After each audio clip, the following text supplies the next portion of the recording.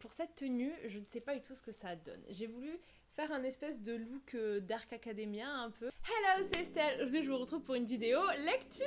Regardez ce qu'on a de prévu aujourd'hui. C'est un petit peu lent. Et il y a une vidéo. Hello darkness, my old friend. Vidéo que j'avais vu pas mal passer il y a un petit moment, c'était le livre qui. Je me suis dit bah ouais, why not. Vous avez été mais genre super nombreux à participer, donc merci beaucoup. Je vais pas m'étaler très longtemps sur chacune des réponses aux questions. Pour certaines questions, vous allez vous-même connaître la réponse parce que c'est des trucs évidents. Le livre qui te donne envie de frapper le personnage principal très fort. Alors ça, vous l'avez donné, mais avec toutes les déclinaisons possibles. Je vais dire Slime de Colleen Hoover. Ce livre... Colleen Hoover, les premiers romans qu'elle a publiés en 2014 et tout, je vous les conseille pas, je trouve qu'ils sont pas bons, que les personnages sont agaçants. La protagoniste Laken, ok, elle a peut-être des circonstances atténuantes, j'ai envie de lui donner 3 claques parce qu'elle m'a vraiment insupportée, voilà. Le livre qui t'a donné envie de manger. Pour cette question, j'ai dit, vous avez un email, donc ce livre-là qui est une romance contemporaine, new adulte, que le personnage principal, elle travaille dans un restaurant, elle doit se marier avec un mec et elle a pas du tout envie d'y aller, et en fait, ce mec en Afrique, genre c'est vraiment un prince et tout, et donc du coup, vu que il est outré qu'elle ne soit pas venue, il vient lui-même la chercher, mais il se fait passer pour un mec totalement lambda, et en fait elle va lui apprendre à cuisiner parce qu'il va se faire passer comme un nouveau cuistot. Donc non seulement le livre était extrêmement cool, genre vraiment très cool, en plus de ça il parlait de bouffe tout le temps. Le livre qui te hante toujours, je pense que je vais dire The Age of Never. J'avais dit justement que ce livre m'avait un petit peu traumatisée.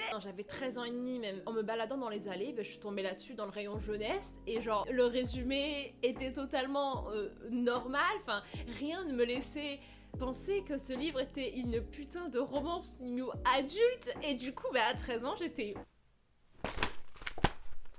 Mais que se passe-t-il? La réaction me hante toujours, et aujourd'hui je suis accro à la romance, donc tout est de ta faute, The Edge of Never. Un livre qui a changé ta façon de voir quelque chose. Cette question, vous me l'avez demandé 25 fois. Chaque livre m'apporte quelque chose, chaque livre change ma vision sur quelque chose, mais pour cette question je vais plus particulièrement pointer Stolen de Lucy Christopher, qui est un contemporain extrêmement particulier et qui touche en fait un sujet qui est très, pas tabou, mais c'est un sujet qui est très délicat. J'ai bien aimé la manière dont ça a été traité. Ce livre raconte l'histoire d'une jeune fille qui se fait en fait droguer dans un aéroport. Elle se retrouve dans une petite baraque en Australie, et il y a un gars qui veut qu'elle vive avec lui toute sa vie. Quand je vous dis ça comme ça, vous pouvez vous dire dark romance tatati, mais non. C'est vraiment quelque chose de très philosophique, si je peux dire ça comme ça. Dans la vie, un même événement peut être vu de milliards de façons différentes, et chaque personne peut avoir un avis différent sur quelque chose. Une situation n'est pas blanche ou noire. Il y a toujours plein de facettes différentes.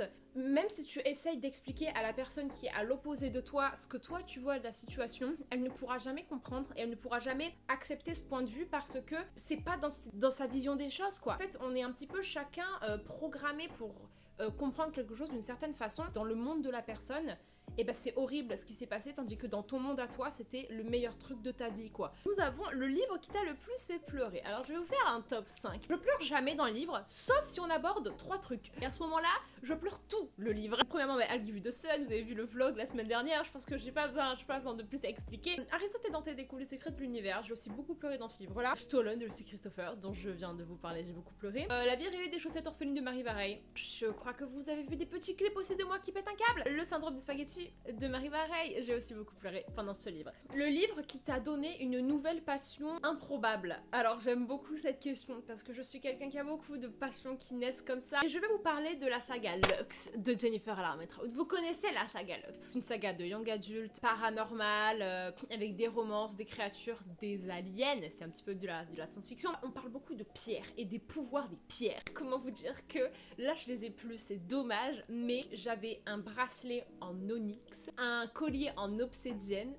que je mettais autour de ma poignée de porte, et genre laissez-moi vous dire, quand j'avais 15 ans je me disais je mets l'obsidienne autour de ma poignée de porte comme ça au cas où il y a un arôme qui essaye d'entrer dans ma chambre, et il va se brûler.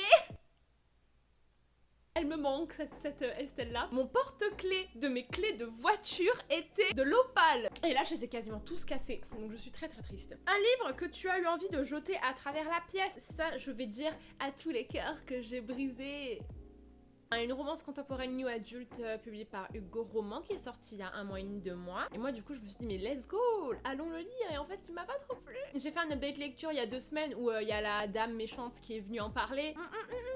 Il est pas passé. Et un livre qui est sous-coté à tes yeux, plein, je vais vous faire un petit top 3. Cette question, moi ça me fait toujours penser aux Nymphes vagabondes de Stéphanie Meyer, parce que c'est vraiment un de mes livres préférés de tous les temps, que je n'ai quasiment jamais vu chez personne, à part chez Amanda, donc voilà. We Are the Ants, qui est donc un livre en fait qui est pas traduit, et je pense que c'est pour ça, mais vraiment même sur le booktube américain, etc., je ne vois jamais We Are the Ants, alors que c'est un livre qui est vraiment incroyable. Quand je vous parlais de livres qui pouvaient changer votre vision du monde, ça c'est le genre de truc qui peut changer ta vision du monde, tu vois. Et on a aussi la saga de fantasy Furyborn. Où est Furyborn? Où est-elle? Je ne comprends pas. Cette fantaisie est absolument incroyable et personne ne veut la traduire. Non mais que faites-vous? Un livre que tu conseilles à tout le monde? Réponse Joker, I'll give you the sun. Un livre qui te donne des souvenirs de ton enfance. Je vais dire Les Tara Duncan de Sophie Adoun-Mamie-Cognan. La première saga de fantastique que j'ai lue de ma vie et qui m'a donné envie de moi-même inventer un univers comme ça. Ça m'a grave fait un lien avec mes 2 sœurs parce qu'en fait on a toutes les 3 lu ces livres et en fait on a des private jokes autour de Tara Duncan. Un livre qui a remis en question toute ton existence. Ça aussi, cette question, je l'ai eue plein de fois. La réponse, c'est ça. Quand j'ai réalisé que j'avais lu 35 livres de Ruby Dixon, dont 25 de la saga des Ice Planet Barbarians, je me suis beaucoup remis en question, surtout sur pourquoi est-ce que j'ai adoré ça. Oh là là, vous savez pas quoi? Oh là là là. En fait, on s'est tapé un gros délire avec Amanda parce que ils vont être traduits, mais stop. Non, non, ne traduisez pas. Un livre qui t'a fait aimer la lecture. Bon, alors vous savez tous qu'il y a Twilight, évidemment, but je me suis rappelé d'un truc la dernière fois. Il y a un livre que j'ai lu et que genre à l'époque c'était un des seuls livres que je possédais. Alors, je vous avais parlé de Tara Duncan, Sophie Adoun-Mamie-Cognan, mais do you know que Sophie, elle a pas fait que Tara Duncan, et du coup je me suis dit vas-y, je tente un autre truc. Elle a écrit une romance qui s'appelle La couleur de l'âme des anges. Est-ce que quelqu'un peut être avec moi à parler de ce livre s'il vous plaît? Et oh, et il était bien. En fait, les anges gardiens existent et je sais pas si vous vous rappelez dans ma vidéo où je vous expliquais les origines de certains de mes livres, je vous disais que les Shape of Souls au départ c'était une histoire d'ange gardien et que Elvan pouvait voir son ange gardien qui était Esme. Mais en fait ça vient de ce livre parce que dans ce livre c'est ça. Faudrait que je le relise parce que ça se trouve il y a des trucs horribles dedans qu'à l'époque j'avais pas du tout capté. Un livre qui t'a gâché ta journée. Alors je veux dire Restore Me de Tahel et ma fille. Non seulement ce livre a gâché ma journée mais il a gâché le reste de la saga. Je suis méchante avec Restore Me et la saison 2, mais no. Un livre qui te demande de boire 7 shots de vodka avant de le lire. Ça, c'est une question qui est trop drôle. Et je vais dire les ronces là de Faith Kin, MXM Bookmark. Si vous les avez vus, vous savez qu'il faut boire pas mal de vodka pour se plonger là-dedans. Parce que là, tu vois, tu le lis au second degré, mais pas tant que ça en fait. Non, moi je kiffe ça au premier degré. Et aussi un autre truc, la saga des Deadly Virtues de Chili Cole.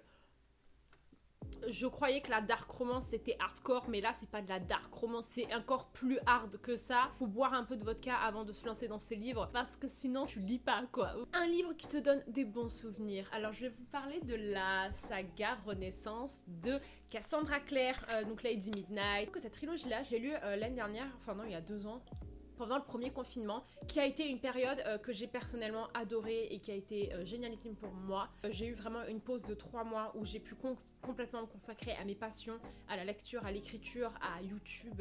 J'en suis très reconnaissante et du coup ça me rappelle tout ça, ma famille, tous réunis à la maison et tout. Voilà, je sais que c'était une période qui était très difficile pour beaucoup, mais il se trouve que pour moi ça a été vraiment quelque chose de très très positif. Un livre qui te fait beaucoup rire. Alors là, je vais vous parler de Top Secret. Top Secret qui est donc une romance new adulte, MM, de Elle Kennedy et Sabrina Bowen.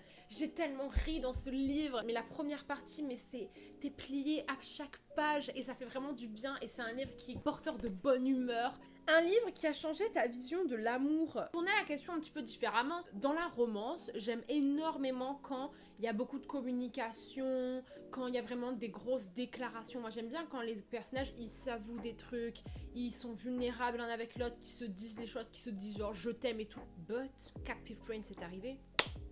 et m'a montré que tu pouvais être tout autant amoureux de la personne, mais pas forcément le verbaliser, et que ça passait pas forcément toujours par des grosses déclarations, mais surtout par des actions, et en fait être là pour la personne au moment où elle a besoin de toi. Un livre qui t'a endormi, alors désolé mais je vais dire Le Prieuré de l'Oranger de Samantha Shannon. Ce livre était énorme et je l'ai lu surtout pour Booktube. En fait ça m'a pas plu, c'était très très lent et j'ai pas trop trouvé quelque chose d'intéressant dans ce livre. Un livre que les autres ont pas forcément kiffé mais toi à fond. Alors moi, il se trouve que Regretting You de Colleen Hoover, et ben j'ai pas forcément eu l'impression que beaucoup de gens l'ont apprécié, mais moi j'ai adoré ce livre. En fait, beaucoup de gens ont trouvé que les personnages étaient pas foufou, un petit peu chiants, surtout la fille. Mais moi j'ai trouvé que c'était excellent justement, que c'était hyper réaliste et que la fille était effectivement assez chiante, mais c'est une adolescente en fait, et j'ai trouvé que c'était super bien fait. Donc j'ai vraiment adoré ce livre, alors que j'ai eu l'impression que les gens n'avaient pas forcément beaucoup kiffé quoi. Un livre où à la fin tu t'es dit wow. Je vais dire Crush City de Sarah J. Maas. Plus j'y pense, plus je réalise que j'ai quand même beaucoup aimé ce livre. Là on a eu l'annonce du tome 2 et j'étais vraiment en mode donc je me suis dit, ah mais en fait t'as bien aimé. Tout était bien fait. Et la fin est incroyable. God is a woman quoi, mais à fond. Un livre qui a été le plus difficile pour toi à lire ou à comprendre. Alors, Ninth House de Leigh Bardugo, je n'ai rien compris. Même pas genre un tout petit truc, je ne sais même pas si une scène en entier, j'ai compris ce qui se passait. Un livre avec lequel tu as commencé à lire en VO. Alors accrochez-vous bien, le premier livre que j'ai lu en VO c'est Fallen. Alors ça c'est une meuf dans une université qui est fait pour les gens chelous, en fait c'est tous des vampires, enfin vous voyez c'était un bail 2014. Un livre qui t'a donné envie de suivre l'auteur sur Instagram. Alors Tilly Cole, je l'adore Tilly, du coup elle partage à fond tout ce qu'elle fait, comment elle écrit, sa routine, ses pensées quand elle écrit. Et en fait, quand j'ai lu ce livre, je me suis dit, qui est cette meuf qui écrit des livres comme ça? Genre, je veux savoir. Et cette meuf, elle est souriante, elle est hyper gentille, et à côté, elle écrit des dark romances. Un livre qui t'a fait lever les yeux au ciel. La plupart du temps, moi, les trucs un peu cucu et tout, genre, j'adore ça. Donc, c'est pas vraiment une habitude pour moi d'avoir ce genre de réaction. Mais il y a un livre où j'étais vraiment en mode... La saga Myrina Holmes. Tenté de lire de l'urban fantasy française l'année dernière, ça s'est mal passé. En fait, j'adore l'urban fantasy anglaise, genre tout ce qui est les Rebecca Cann. Ce livre est très sexuel déjà de 1 et de 2. Ben en fait, j'ai trouvé que les relations entre les personnages, aïe genre c'était pas foufou. Un livre qui te donne envie de lire tout le temps. Dans la vidéo, j'ai dit un truc, c'est le meilleur sentiment du monde, c'est quand tu trouves un livre trop bien et que tu le lis. Des fois, je suis dans mon lit en train de lire et genre je lève les yeux, je suis en mode c'est quand même trop bien de le lire. Oh là là. Ça me l'a beaucoup fait. Je me rappelle quand j'ai lu The Darkest Star, qui est donc le premier tome de Origin, qui est la saga spin-off de Lux, de Jennifer Armentrout. Quand j'étais en train de lire ces livres, j'étais là et je me disais putain, c'est vraiment cool de lire quand même. Un livre qui t'a soutenu pendant un moment difficile. Alors je vais dire la saga The Hades Hangman de Tilly Cole, justement, qui est une saga de romance bikers dark new adult. Ça fait beaucoup. J'ai lu le premier tome alors que j'ai commencé à réviser mes concours d'ingé alors que j'étais en deuxième année de prépa. J'étais tellement stressée et genre j'avais rien de temps de faire à cause de mes révisions. Et j'ai découvert cette saga et en fait ça m'a totalement détendue. Ça a relâché toute la pression et j'ai passé un moment incroyable avec eux et genre c'est vraiment une saga qui est genre dans mon cœur. Un livre qui t'a rendu folle, la saga Renegades, le gang des prodiges de Marissa Mayer. Tu connais être stressé quand tu lis? Et si je connais pas, lis cette saga. Il y a des gens qui ont une double identité dans cette saga. Ils frôlent le cramage, mais 4 fois dans chacun des livres. Un livre qui t'avait repensé à des moments de ta vie. Et bien pour ça, je vais te dire All the Bright Places de Jennifer Niven, qui est un livre dont je ne parle pas beaucoup parce que il est très proche de moi. Le film, je lui en veux parce que je savais pas que ce film allait me détruire. Ce film m'a donné la plus grosse claque de ma vie. Un livre dont la chute t'a laissé... Je veux dire, Adi Larue, la vie invisible d'Adi Larue de Victoria Schwab. Moi, je m'attendais pas. Mais waouh, j'étais sur le cul. Victoria, mais queen quoi, genre, tu l'as fait. Un livre qui t'a fait flipper, mais que t'as quand même fini et qu'au final t'as beaucoup aimé. Angry God de Elsie Chen. Dark romance très problématique, new adulte, qui en fait met en place des personnages qui sont vraiment très dysfonctionnels. C'était très bien fait. Et que c'est pas juste mettre des personnages dysfonctionnels pour mettre des personnages dysfonctionnels. Non, en fait, elle est allée au bout de son truc. Elle est allée à fond. Elle sait que ce livre est dysfonctionnel. Elle le sait et c'est le but. Ça m'a fait flipper parce que je me suis dit, mais comment c'est possible d'en arriver à ce point-là? On m'avait aussi demandé un livre qui décrit ce ce que tu voudrais comme situation amoureuse. I don't know. Pour le moment, j'ai pas encore lu. Je m'efforce d'essayer de l'écrire depuis des années. J'arrive pas trop non plus. Un livre qui t'a le plus donné envie de le réécrire. Je vous en parlerai plus tard, mais c'est L'As de cœur de Morgane Moncomble. J'ai eu envie de le bêta-lire tout le long pour faire changer plein de trucs. Parce que c'est dommage. Je trouve que Morgane, elle a raté plein d'occasions. Et du coup, j'ai envie de le réécrire, ce livre. Un livre que tu n'as jamais pu finir. Une braise sous la cendre, tome 3. En fait, le problème avec ce tome 3, c'est que déjà les personnages sont séparés. Et au moment où il y a eu une retrouvaille, l'autrice, elle nous a lâché un gros fuck. Et là, je me suis dit, là, t'es méchante ouvertement. Et du coup, j'ai arrêté de lire parce que j'étais outrée, énervée, tout ce que vous voulez. Un livre dont le personnage principal te fait beaucoup penser à toi. Alors ça, c'est une question qui est très difficile et j'ai jamais vraiment trouvé de personnage où je me suis dit, oh là là, mais là, c'est moi, mais de A à Z. Franchement, dans le syndrome du spaghetti, le personnage de Léa, elle a quand même beaucoup de points communs avec moi. Un livre qui t'a mis très mal à l'aise. Credence de Penelope Douglas. Ne lisez pas ce livre. Non, non, non. Ce livre, c'est une espèce de dark romance gênante, new adulte, où il y a des histoires de polyamour, mais... C'est très malaisant parce qu'en fait, c'est au sein d'une même famille. Donc non, non. J'ai oublié une question qui était pourtant super cool. C'est le livre que tu aurais aimé lire quand tu avais 14 ans. Et là, avec aucune hésitation, je dis Radio Silence et Loveless de Alice Oseman. Franchement, ça m'aurait évité beaucoup de malheur dans ma vie si jamais j'avais lu ces livres plus tôt. Et puis surtout, j'aurais gagné beaucoup de temps.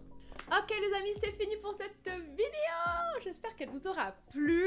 Donc voilà, vous avez ici une grosse panoplie de plein de livres. Merci encore à tous d'avoir participé.